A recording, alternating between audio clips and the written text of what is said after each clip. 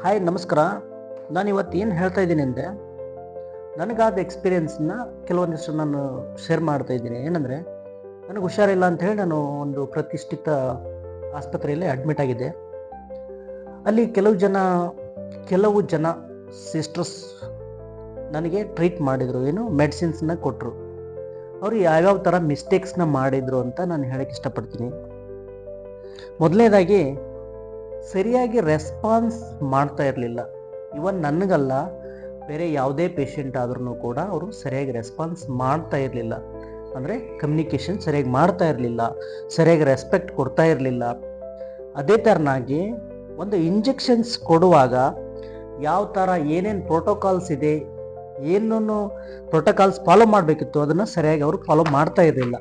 So ಇದರಿಂದ ಏನಾಗುತ್ತೆ, ಸುಮಾರು ಈ ಥರ ಸಣ್ಣ ಪುಟ್ಟ ಮಿಸ್ಟೇಕ್ಸ್ಗಳು ಮುಂದೆ ದೊಡ್ಡ ಬೆಲೆಯನ್ನು ತರಬೇಕಾಗುತ್ತೆ. ಯಾಕಂದರೆ ಹಳ್ಳಿಯಿಂದ ಜನ ಬಂದಿರ್ತಾರೆ, ಮೊದಲನೇದಾಗಿ ರೋಗಿಗಳು ಬಂದಿರ್ತಾರೆ, ಅವರಲ್ಲಿ ತುಂಬ ನೋವಿರುತ್ತೆ, pain, they came with so much pain. ಅದನ್ನು ಕಡಿಮೆ ಮಾಡ್ಕೊಳ್ಳೋಕ್ಕೋಸ್ಕರ ಅವ್ರು ಬಂದಿರ್ತಾರೆ. ಅವ್ರಿಗೆ ಹೆಚ್ಚಿನ ರೀತಿಯಲ್ಲಿ ನಾವು ಪೇನ್ ಮಾಡೋದು ಸರಿಯಲ್ಲ. ಅದೇ ಬಂದಿರ್ತಾರೆ, ಪಾಪ ಬಡವರೆಲ್ಲ ಬಂದಿರ್ತಾರೆ, ಕೂಲಿ ಕಾರ್ಮಿಕರು ಬಂದಿರ್ತಾರೆ, ಯಾರೇ ಆಗಲಿ, ಸಿಟಿಲಿ ಇರತಕ್ಕಂಥರಾಗಲಿ ಯಾರೇ ಆಗಲಿ ಬಂದಿರ್ತಾರೆ ಅಂದರೆ, ಸೊ ಅವ್ರಿಗೆ ನಮ್ಮ ಕಡೆಯಿಂದ ಏನು ಟ್ರೀಟ್ಮೆಂಟ್ ಕೊಡಬೇಕಾಗಿರುತ್ತೆ ಅದನ್ನು ನ್ಯಾಯಯುತವಾಗಿ ನಾವು ಒದಗಿಸ್ಬೇಕಾಗುತ್ತೆ. ಸ್ವಲ್ಪ ಅಂದರೆ ಆ್ಯಂಟಿಬಯೋಟಿಕ್ಸ್ ಏನು ತೋರಿಸ್ತಾ ಇದ್ದೀನಲ್ಲ, ಆ್ಯಂಟಿಬಯೋಟಿಕ್ಸ್ ಇದೆ ಅಂತಲ್ಲ, ಫಾರ್ ಎಕ್ಸಾಂಪಲ್ ತೋರಿಸ್ತಾ ಇದ್ದೀನಿ ನಾನು. ಈ ಆ್ಯಂಟಿಬಯೋಟಿಕ್ಸ್ ಏನಿದೆ, ಸೆಫ್ಟ್ರಿಯಾಕ್ಸೋನ್ ಆ್ಯಂಡ್ ಸಲ್ಬ್ಯಾಕ್ಟಮ್ ಅಂತ ಹೇಳಿ ಇದೆ ಇಂಜೆಕ್ಷನ್. ಇದು ಎಷ್ಟು ಬರುತ್ತೆ ಅಂದರೆ 1.5 ಗ್ರಾಮ್, ಅಂದರೆ 1.5 ಗ್ರಾಮ್ ಬರುತ್ತೆ, 1.5 ಗ್ರಾಮ್ ಬರುತ್ತೆ. ಇದು ಇಲ್ಲಿ ಪೌಡರ್ ಫಾರ್ಮ್ ಇರುತ್ತೆ. ನೆಕ್ಸ್ಟ್ ಇದರಲ್ಲಿ ಸ್ಟೆರೈಲ್ ವಾಟರ್, ಇದಕ್ಕೆ ಇದನ್ನು ಡೈಲ್ಯೂಟ್ ಮಾಡ್ಕೊಳ್ಳೋಕ್ಕೆ, ಇದು ಎರಡು ಇರುತ್ತೆ. ಅಲ್ಲಿ ಸಿಸ್ಟರ್ಸ್ ಏನು ಮಾಡ್ತಾ ಇದ್ರು, ಇದ್ದಿದ್ದ 2 ಪೇಷಂಟನ್ನು ಟ್ರೀಟ್ ಮಾಡೋಕ್ಕೆ ಟೈಮ್ ಎಷ್ಟು ಬೇಕು ಅದು ನಿಮ್ಗೆ ಆಲ್ಮೋಸ್ಟ್ ಗೊತ್ತಾಗುತ್ತೆ, ಸರಿನಾ? ಏನು ಹೇಳ್ತಾ ಇದ್ದೀನಿ ಅಂದರೆ, ಅವರು ಈ 10 ml 1.5 ಗ್ರಾಮಲ್ಲಿ ಫುಲ್ ಡೈಲ್ಯೂಟ್ ಮಾಡ್ಕೋಬೇಕು, ಅಂದರೆ ಇದನ್ನು ಮಿಕ್ಸ್ ಮಾಡ್ಕೋಬೇಕು. ಬಟ್ ಅವ್ರೇನು ಮಾಡ್ತಾ ಇದ್ರು ಅಂದರೆ, ಬೇಗ ಬೇಗ ಬರೋದು, ಇದನ್ನು 10 ml ಇರೋದನ್ನು 5 ml ಅಥವಾ 6 ml ಅಷ್ಟೇ ಡೈಲ್ಯೂಟ್ ಮಾಡ್ಕೊಳ್ಳೋದು. ಆಮೇಲೆ ಡೈಲ್ಯೂಟ್ ಮಾಡ್ಕೊಂಡು ಅರ್ಧಂಬರ್ಧ ಡೈಲ್ಯೂಟ್ ಮಾಡಿಕೊಂಡು ಲೋಡ್ ಮಾಡಿಕೊಂಡು ಪುಷ್ ಮಾಡಬೇಡೋದು. ಎಷ್ಟೊತ್ತು ಮಾಡಬೇಕು? ಮಿನಿಮಮ್ 10 to 20 ಮಿನಿಟ್ಸ್ ಇದರಲ್ಲಿ ಬರೆದಿದೆ. ಮಿನಿಮಮ್ 20 ಮಿನಿಟ್ಸ್, ಅಟ್ಲೀಸ್ಟ್ ಒಂದು 10 ಮಿನಿಟ್ಸ್ ಆದ್ರೂ ಸ್ಲೋ ಆಗಿ ಕೊಡ್ಬೇಕಲ್ವಾ? 10 ಮಿನಿಟ್ಸ್ ಬೇಡ ರೀ, 5 ಮಿನಿಟ್ಸ್ ಕೊಡೋಕ್ಕಾಗತ್ತಾ?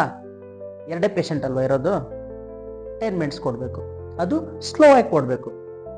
ಕೊಟ್ಟಿಲ್ಲ ಅಂದ್ರೆ ಏನಾಗುತ್ತೆ, ರ್ಯಾಶಸ್ ಆಗುತ್ತೆ, ನಾಸಿಯಾ ವಾಮಿಟಿಂಗ್ ಆಗುತ್ತೆ, ಸಡನ್ ಆಗಿ ವೀಜಿಂಗ್ ಸ್ಟಾರ್ಟ್ ಆಗ್ಬೋದು, ಬ್ರೆತ್ಲೆಸ್ನೆಸ್ ಆಗ್ಬೋದು, ಆಮೇಲೆ ಶಾರ್ಟ್ನೆಸ್ ಆಫ್ ಬ್ರೀತ್ ಆಗ್ಬೋದು, ಅಲರ್ಜಿಕ್ ರಿಯಾಕ್ಷನ್ಸ್ ಎಲ್ಲ ಆಗ್ಬೋದು. ಇಷ್ಟೆಲ್ಲ ಪ್ರಾಬ್ಲಮ್ ಇರುತ್ತೆ. ಅದೆಲ್ಲ ಗೊತ್ತಿದ್ದು ನೀವು ಇಷ್ಟು ಫಾಸ್ಟಾಗಿ ನನಗೆ ಇಂಜೆಕ್ಷನ್ ನಾನು ತಗೊಂಡವಾಗ ನನಗಾಗಿರೋ ಎಕ್ಸ್ಪೀರಿಯನ್ಸ್ನ ನಾನು ನೋಡಿದರೆ, ಒಂದೇ ಸರಿ ಬಂದು 4 ml ಅಷ್ಟೇ, 4 ml ಡೈಲ್ಯೂಟ್ ಮಾಡಿ ಸಡನ್ನಾಗಿ ಒಂದೇ ಸರಿ ಪುಷ್ ಮಾಡಿ ಹೋದರೆ ಹೆಂಗಾಗುತ್ತೆ? ಮೈಯೆಲ್ಲ ಬೆಂಕಿ ಹಾಕದಂಗೆ ಆಗುತ್ತೆ. ನನಗೆಲ್ಲ ಗೊತ್ತಿದೆ ಅನ್ನೋ ಥರ, ಅಷ್ಟೇನಪ್ಪ ಅಷ್ಟೇ ಕೊಡೋದಪ್ಪ, ಹಂಗೆ ಕೊಡೋದು, ಅದನ್ನ ನಿನಗೇನು ಬೇರೆ ಥರ ಕೊಡ್ತಾರ? ಈ ಥರ ಮಾತಾಡ್ತಕ್ಕಂಥದ್ದು. ಎಲ್ಲಿ ಏನಾಯ್ತು ಅಂದರೆ, ಸಡನ್ನಾಗಿ ವಾಮಿಟಿಂಗ್ ಬರೋಕ್ಕೆ ಸ್ಟಾರ್ಟ್ ಆಯಿತು, ಕಣ್ಣಲ್ಲೆಲ್ಲ ನೀರು ಹೊಗೆ ಥರ ಬರ್ತಾ ಇದೆ, ಆ್ಯಂಟಿಬಯೋಟಿಕ್ ಸ್ಮೆಲ್ ಬಾಯಲ್ಲೆಲ್ಲ ಬರ್ತಾ ಇದೆ. 1.5 ಗ್ರಾಮನ್ನು ಅಷ್ಟು ಫಾಸ್ಟಾಗಿ ಕೊಟ್ಟರೆ ಇಷ್ಟೆಲ್ಲ ಸಮಸ್ಯೆ ಆಗುತ್ತೆ. ಇದು ಕೂಡ ಏನಾಗುತ್ತೆ, ಎಮರ್ಜೆನ್ಸಿ ಏನಾದರೂ ಆಗ್ಬೋದು.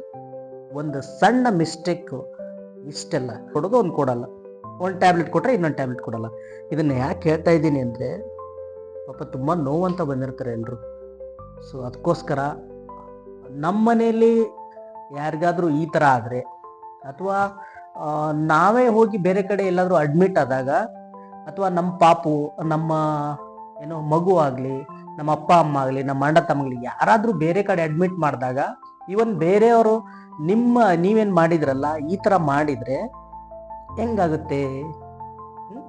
ಹೆಂಗಾಗುತ್ತಲ್ಲ, ತುಂಬ ನೋವಾಗುತ್ತದು. ಸೊ ಅದಕ್ಕೋಸ್ಕರ ಆ ಒಂದು ಕೆಟಗರಿಗೆ ಸೇರಿರ್ತಕ್ಕಂಥ ಕೆಲವು ಅಂತ ಏನು ಹೇಳ್ತಾ ಇದ್ದೀರಲ್ಲ, ಈ ಥರ ಮಿಸ್ಟೇಕ್ಸ್ ಮಾಡೋರಿಗೆ ದಯವಿಟ್ಟು ಹೇಳ್ತಾ ಇದ್ದೀನಿ, ಫಸ್ಟ್ ಸೌಜನ್ಯವಾಗಿ ಪೇಷಂಟ್ ಜೊತೆ ಮಾತಾಡೋದನ್ನು ಕಲೀರಿ ದಯವಿಟ್ಟು. ಅದಾದಮೇಲೆ ಈ ಮೆಡಿಸಿನ್ಸ್ ಯಾವುದೇ ಆಗಿರಲಿ, ಎಲ್ಲ ಮೆಡಿಸಿನ್ಸ್ನು ತುಂಬ ಡೇಂಜರ್. ಅದಕ್ಕೋಸ್ಕರ ಯಾವುದೇ ಮೆಡಿಸಿನ್ ಆಗಲಿ ಅವುಗಳನ್ನು ಸ್ವಲ್ಪ ನಿಧಾನವಾಗಿ ಕೊಡ್ತಕ್ಕಂಥದ್ದು, ಅದನ್ನು ಪ್ರಾಕ್ಟೀಸ್ ಮಾಡ್ಕೊಳ್ಳಿ. ಸೊ ಅದಕ್ಕೋಸ್ಕರ ಇವತ್ತು ನಾನು ಅಲ್ಲಿ ನೋವು ತಿಂದಿರ್ತಕ್ಕಂಥದ್ದನ್ನು ಇವತ್ತು ನನಗೆ ಹೇಳ್ಬೇಕು ಅನ್ನಿಸ್ತು. ದಯವಿಟ್ಟು ಇನ್ಮೇಲೆ ಆ ಥರ ಮಿಸ್ಟೇಕ್ಸ್ನ ಮಾಡಬೇಡಿ. ಯಾಕಂದರೆ ತುಂಬ ಕಾಲೇಜ್ ಹುಡುಗರು ಇರ್ತಾರೆ, ಸಣ್ಣ ಪುಟ್ಟ ಮಕ್ಕಳು ಇರ್ತವೆ, ವಯಸ್ಸಾದವರು ಇರ್ತಾರೆ, ಎಲ್ಲ ಇರ್ತಾರೆ. ಎಲ್ಲರೂ ನೋವು ಅಂತಾನೆ ಬಂದಿರ್ತಾರೆ. ಅವ್ರಿಗೆ ಇನ್ನಷ್ಟು ನೋವು ಕೊಟ್ಟು ಹೋಗೋದು ಸರಿ ಅಲ್ಲ ಅನ್ಸುತ್ತೆ.